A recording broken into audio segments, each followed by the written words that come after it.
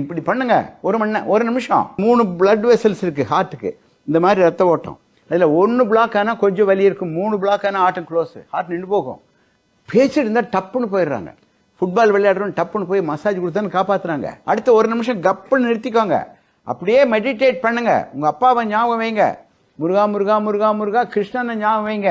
நல்ல எண்ணங்கள் 5 மணிக்கு வரும். Appointment with God is 5 o'clock 4 o'clock இந்த மார்னிங். யாரும் கடவுள்கிட்ட போகிறதில்ல. போனீங்கன்னா உங்களுக்கு வேண்டியதெல்லாம் சொல்லலாம். Law of attraction, law of attraction. நீங்கள் என்ன வேணுமோ கேட்பார். ஒரு மாதத்துக்கு 100 கிலோமீட்டர் ஓடணும், இல்லை நடக்கணும். 100 கிலோமீட்டர் டெய்லி 3 கிலோமீட்டர் ஓடுங்க. கிரவுண்ட் இல்லையா, நிற்கிற இடத்துல ஓடுங்க. ட்ரெட்மில் இருந்தால் ஓடுங்க. நாம என்ன பண்ணுறோம்னா வாழ்க்கையில் ஒரு ஒரு கஷ்டத்தோடு வாழ்கிறோம். வாழ்க்கைங்கிறது ஜெயிக்கணும். வயசு ஆக்சுவலாக 28 வயசு வித் 51 years ஆஃப் எக்ஸ்பீரியன்ஸ். உங்களுக்கு சொல்லிக் கொடுக்காம யாருக்கு சொல்லிக் கொடுக்க? நிறைய டாக்டர்கள் அதிகமாக பேச மாட்டாங்க. உங்கள் சேனல்லாம் பேசும்போது சொல்கிறாங்க, பாமர மக்கள் புரிஞ்சுக்கிற மாதிரி பேசுகிறீங்க சார். ஆமாம், நம்ம தமிழ்நாட்டுக்கு வரும் பாமர மக்கள் தானே.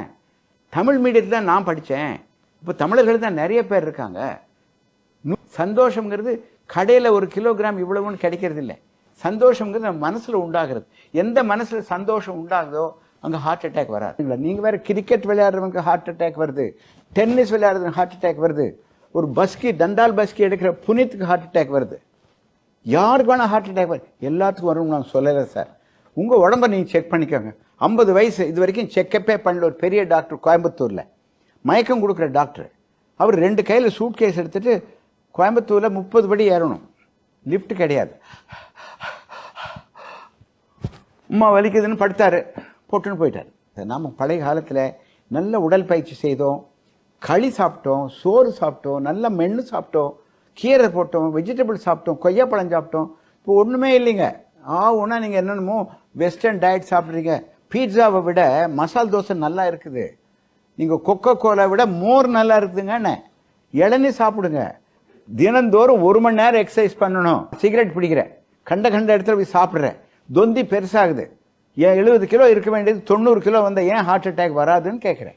அதாவது ஒன்றுமே இல்லைங்க. கொலஸ்ட்ரால் கிடையாது, சர்க்கரை கிடையாது, ஓவர் வெயிட் கிடையாது. கொலஸ்ட்ரால் இல்லை, சர்க்கரை இல்லை, ஓவர் வெயிட் இல்லை, பிளட் ப்ரெஷர் 120. இவருக்கு எப்படி சார் ஹார்ட் அட்டாக்? ஒல்லியாக இருக்கிறார், 45 கிலோ அவர் தான் இருக்கார், நல்லா படிக்கிறாரு, அமைதியாக இருக்கார். அவங்க அப்பாவுக்கு ஹார்ட் அட்டாக் வந்துச்சான்னு கேளுங்க. அவங்க அப்பாவுக்கு ஹார்ட் அட்டாக் வந்தால் இவனுக்கு வரும். எல்லா விதமான ஜீன்ஸ் இவனுக்கு வரும். இல்லை, அப்பாவுக்கு சர்க்கரை இருந்தால் இவனுக்கு சர்க்கரை இருக்கும்.